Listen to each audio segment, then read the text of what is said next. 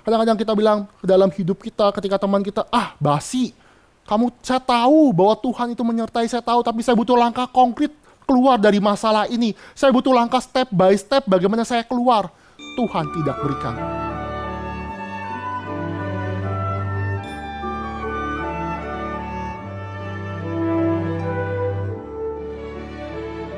Saya akan bacakan untuk kita semua di dalam bagian terakhir pasal kedua. Ayat 24, kata mereka kepada Yosua ketika pengintai itu kembali kepada Yosua, Tuhan telah menyerahkan seluruh negeri ini ke dalam tangan kita. Bahkan seluruh penduduk negeri itu gemetar menghadapi kita. Mengapa? Ini penting. Mengapa ini penting? Seharusnya, logikanya, kalau kita nih mata-mata nih, udah pergi ke tembok Yeriko, terus ketemu Rahab, terus balik lagi kepada leadernya, kepada Yosua. Apa yang diberitakan? Yang diberitakan, bos, ketemu nih agen rahasia kita juga, namanya Rahab. Bos, kita lewat jalur itu. Saya bisa lompat dari tembok itu yang tebal itu, naik ke atas melalui Rahab.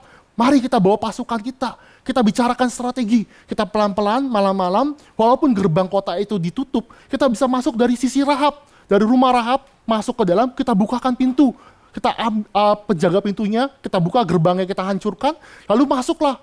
Seharusnya mata-mata itu memberitakan strategi perang. Ada orang, Rahab, memberitahukan bagaimana cara masuk ke dalam tembok Yeriko yang besar itu. Tetapi apa yang diberitakan? Yang diberitakan dua mata-mata itu adalah Tuhan sudah memberikan seluruh. Tuhan menyertai. Tuhan menyatakan iman kepada Rahab. Jadi apa yang dinyatakan oleh dua mata-mata itu adalah mengcopy paste daripada iman Rahab kepada Yosua. Sehingga bangsa Israel, Yosua, saat itu pun dikuatkan. Iman ini adalah iman yang Tuhan berikan, Tuhan anugerahkan untuk menguatkan. Dan apa yang kita bisa pelajari dari bagian terakhir? Kadang-kadang dalam pencobaan, dalam hidup, ujian hidup kita, ada rekan kita, ada sahabat kita datang, memberikan penghiburan. Ketika kita sedang lagi berduka, kita sedang lagi mengalami masalah, kadang teman-teman itu datang dan kata, Tuhan tuh menyertai lo hidup kita. Tuhan memberi kekuatan, Tuhan memberi penghiburan. Kadang-kadang klise ya, kadang-kadang tuh biasa aja. Saya tahu kok Tuhan menyertai, tetapi itu yang paling dibutuhkan. Itu yang paling dibutuhkan ketika kita sedang mengalami rasa berduka. Kita lagi mengalami kesusahan. Itu yang paling dibutuhkan.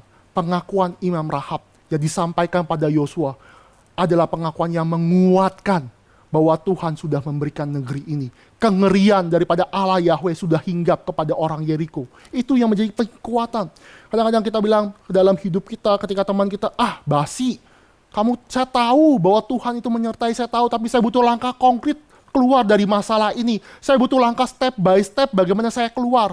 Tuhan tidak berikan. Kadang-kadang Tuhan tidak berikan. Kenapa? Karena yang paling utama Tuhan menyertai. Tuhan memberi kekuatan kepada kita. Memberikan kelegaan. Ini menjadi refleksi bagi hidup kita. Ketika ada teman kita, sahabat kita datang, memberikan itu, kita jangan langsung marah. Tapi kita merenungkan, introspeksi diri. Mungkin orang itu Tuhan pakai untuk menguatkan kita. Iman daripada orang tersebut yang Tuhan izinkan kita bertemu. Tuhan bisa pakai ke kita untuk bisa menguatkan menghadapi pergumulan.